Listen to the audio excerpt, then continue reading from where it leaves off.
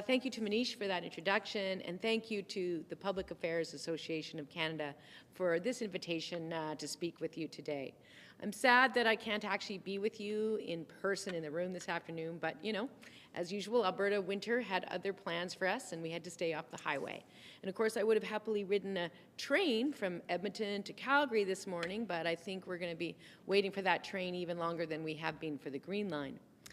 You know, as this is but thankfully, we have the wonders of modern technology, so hopefully that will work in some way.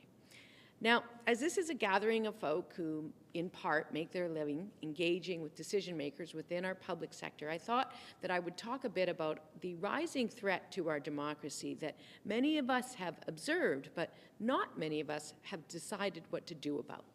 And that threat is the rise of misinformation, and in particular, the growing reliance on misinformation here in Alberta. You know, we're living in a very highly charged, highly polarized society right now. For instance, over these past few years, the language coming, for instance, out of the right wing can be really a little over the top. The insults that I've heard, you know, murderer, dictator, communist, antichrist, and that's just what they call Jason Kenney. I mean, I do miss that guy a little sometimes. Anyway, though, it was really a hard-fought election campaign this past spring, and that came at the end of several years of really hard-fought political debate. And quite often, people will ask me, how do we bring some decorum and civility back to politics and dial back the partisanship? And notwithstanding the fact that I've spent several years at the wrong end of some pretty hardcore hostility, you might be surprised to learn that I usually reply that I'm not actually very interested in doing that. The fact is, democracy is loud, and it is rowdy. In my experience, calls for decorum and civility are usually attempts to protect the status quo from change, or at least from embarrassment. But much of my career has actually been about challenging and changing the status quo, and sometimes we did that by embarrassing people in positions of power. We would hold up the truth for all to see, and sometimes that was enough to drive change. And yes, when I was in that position of power, people did the same thing to me. So be it. Fact is, we can disagree passionately about the direction of the change that we seek. And as part of that, in a democracy, a parliamentary democracy, we organize ourselves into political parties that represent our values, and through those parties, we bring our very best partisan arguments to the public square. Many of us here have been part of doing that. And I also suspect that some of the folks in this room may have also engaged in a little bit of spin from time to time. Not me. I've never done that. Okay, maybe a little bit.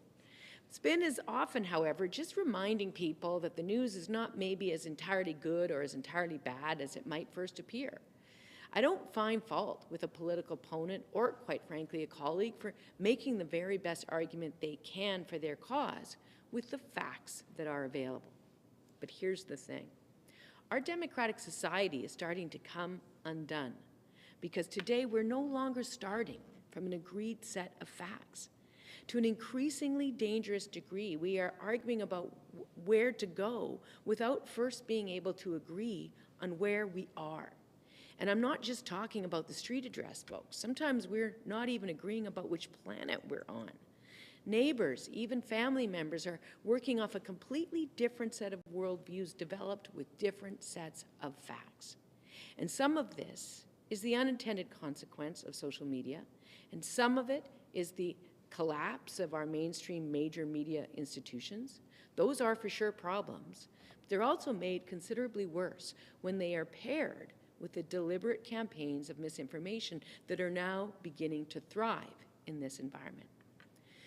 Now, I don't want to romanticize the past too much. You know, an agreed set of facts is valuable, but let's remember that for generations, that apparent consensus was produced by a small number of people, heavily skewed towards, quite honestly, white men who were doing quite well financially. The systems that controlled these agencies, that understood the world beyond our own firsthand experience, the news media, the school system, and the entertainment industry, to name a few, were outside of the reach of most people. But over the past couple of decades, the rise of the internet has made the tools of digital production and global distribution freely available to people around the world. And honestly, that is a good thing. It's brought the power of expression to so many people, particularly to young people. It's connected creative people with audience who never would have found each other. And it's created communities that are defined by shared interests, values, not just geography. But it's also bombarding us with so much content.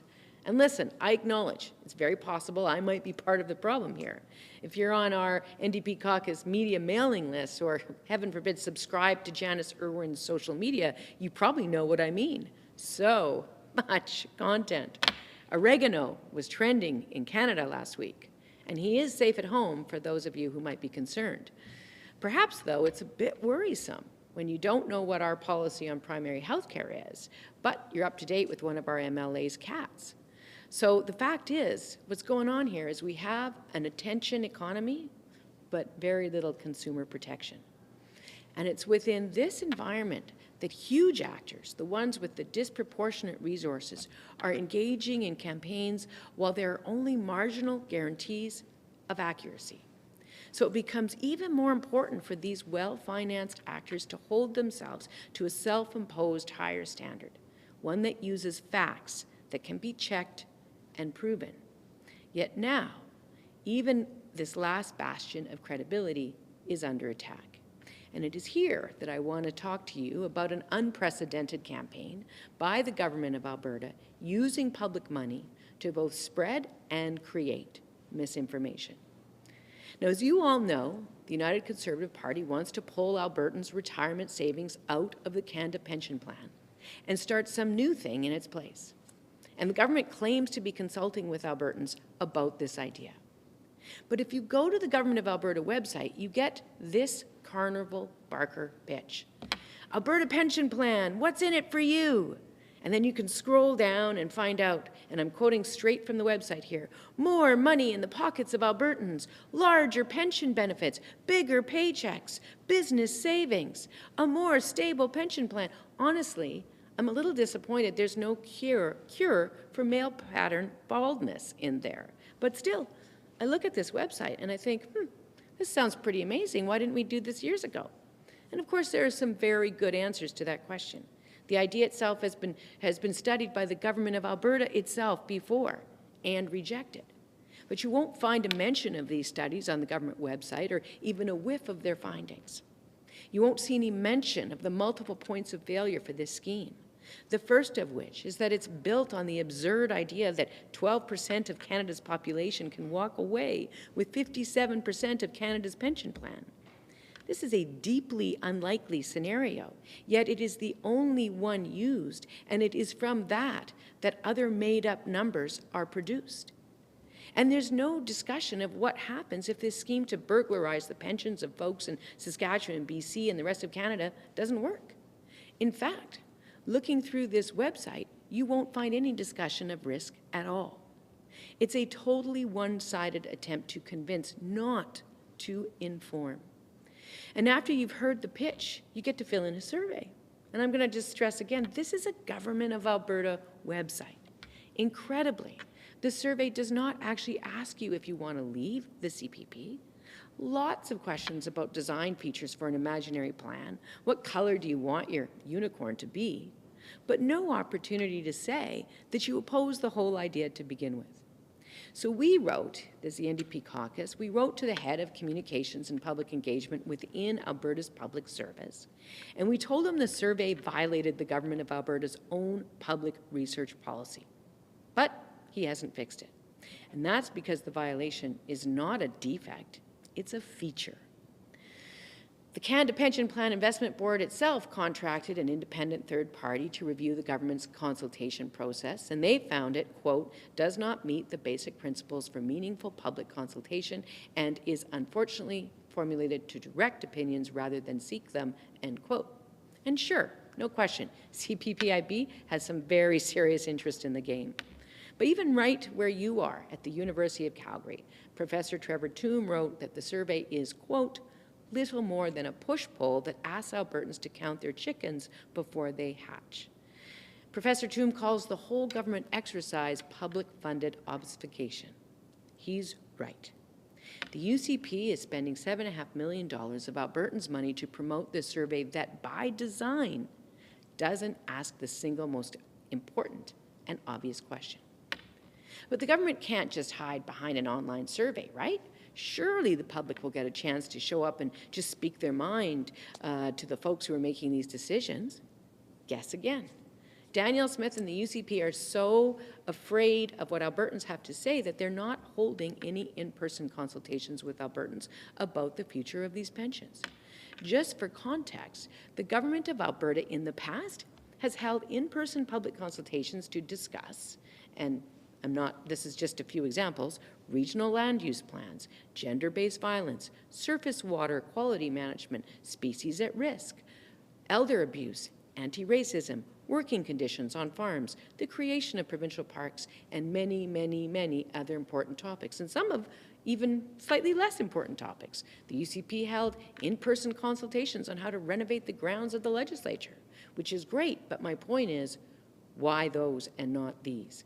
On one of the most consequential questions ever to be posed to Albertans, the UCP refuses to show up in person and hear directly from Albertans or to answer their questions. Now, the Premier claims that online town halls are the only way to get information. Meanwhile, I was quite shocked, actually, to listen to the chair of the panel on West of Centre this weekend engage in what seemed to me to be one of the most tortured rhetorical acrobatics to justify consulting with Albertans before the true assets of an Alberta pension plan were actually established. They know it's hard to conceal this fundamental problem when one live human being after another comes to the mic to say, I don't believe your numbers, they're wrong. The UCP's refusal to hold in-person sessions is just another way instead to produce more false data. A rigged survey, no in-person sessions, consultation on the basis of widely discredited claims. All of these combine to produce a false picture of the issue and a false picture of Albertans' wishes. So essentially, we now have a government in Alberta actually producing misinformation. Now, I'm proud that Alberta's NDP official opposition has started online public consultations, and soon we will be also holding in-person town halls in places across the province like St. Albert, Red Deer, Edmonton, Drumheller, Lethbridge, and right where you are in Calgary. And you know what? We don't know exactly what we're going to hear. We might hear some folks speak up in favor of an Alberta pension plan, and that's okay. We might hear some folks who have questions about what this all means, and that's okay too. What I can tell you is what I've heard so far. My email and messages are chock full of notes from Albertans who don't want anyone gambling with their pension. And that lines up with every poll, public domain poll, that I've ever seen on this issue. And when it became clear that the government survey was bogus, we also started our own with a simple question. Should Alberta leave the Canada Pension Plan? And we got an overwhelming response. So far, more than 30,000 Albertans at last count, with 90% opposing the plan to leave the CPP. So we have this strange specter of a so-called conservative government using the power of the state to spend Albertans' money to create a fake portrayal of those same Albertans' wishes so that that state can get its hands on those same Albertans' retirement savings. Aren't these so-called conservatives supposed to be the ones keeping the government away from citizens' money? You know, if Danielle Smith and the UCP truly believed that this was a good idea or even a popular idea, they wouldn't need all of this dishonesty and fraud. If you really wanted to debate a new Alberta pension plan, have the courage of your convictions. Present the actual likely upsides and opportunities, for sure, do that. But also present the risks and the potential harms. Because what we are talking about is pulling the retirement savings of millions of Albertans out of one of the best performing pensions in the history of pensions. We're talking about gambling that money in a fund that is, by definition, smaller and untested and more exposed to long-term demographic and economic risks and short-term political risks, too. That our government is okay with cynically and overtly rigging a public consultation just goes to show that we are in a bit of trouble when it comes to the growing reliance on misinformation as a tool for public debate. Because here's the real problem with misinformation. Reality doesn't negotiate. You know, the UCP can claim all they want that an EPP would cost us less and would cost less and pay more and produce huge bonuses and regrow your hair, so on and so forth. They can do that all they want. Likewise, I could give you a whole other speech on government misinformation about climate or electricity. Suffice to say, I'll make it short, this summer we did not have a historic level of cigarette tossing and arson in the forests of Alberta and Canada and countries around the world. Here's the facts. Our climate is changing. Our countryside is burning like it never has before. We can see it, we can smell it, we can taste it. And we can only prevent catastrophe by taking action. And that action is delayed and it is hampered by misinformation. And I could give you a third speech about UCP and misinformation on renewable energy. Suffice to say, the Premier of Alberta thinks that giving the Americans a 15-year head start on building a modern electricity grid is a way to poke Ottawa in the eye. They seem to want to own the libs a lot. We're more concerned about just creating jobs and setting Albertans up for the future.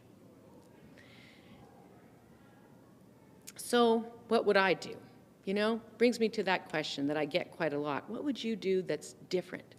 And of course, you know, I'm a policy nerd, so my eyes light up and I happily pull up a chair and I pull out our platform and, you know, I hope you've packed a lunch and settled in because I have a lot to say. But you know what? Apart from my lack of brevity, my philosophy of public policy is actually pretty simple, and that is that it must be rooted in the truth. Whether that's the scientific truth of climate change, the engineering truth of renewable energy, or the mathematical truth that pulling out of CPP is a desperate gamble with Albertans' retirement savings and that of all Canadians. Start with the facts and go from there, even when that's uncomfortable, especially when that's uncomfortable. Policy that's built on misinformation is always going to sound pretty good because it can be whatever the government wants it to be. You can have your pension cake and eat it too, and get a $10,000 bonus and get a pony. But policy built on facts often has more details and more exceptions because it has to exist in the real world. And as a result, it's often harder to communicate. But that's our job as leaders, to be candid with the public even when it's hard, and to make decisions that we sincerely believe reflect Albertans' wishes and are in their best interests. Many of the people in this room participate very diligently in that process. And it is our job as Albertans and as Canadians to demand this standard from our leaders and to hold people accountable for creating and spreading misinformation. If we don't, if we tolerate and normalize this kind of institutional spread of misinformation, we will not be able to summon the shared wisdom and experience and creativity we all need to manage the significant challenges that we face. We risk being distracted by those who see some short-term advantage in dividing us. I know that Alberta's best days are ahead. The road will be complicated, it will require hard work and thoughtful leadership. But that's not new. And it's not new for Albertans. And when I look forward to that future, I see one where all Albertans have a chance to speak up and that their voices are heard. And that we as leaders, when we speak, we hold ourselves accountable to simple, critical concepts like integrity and truth. If we do that, we can't go wrong. So thank you very much for listening to me, and I look forward to our conversation through this screen over the next few minutes.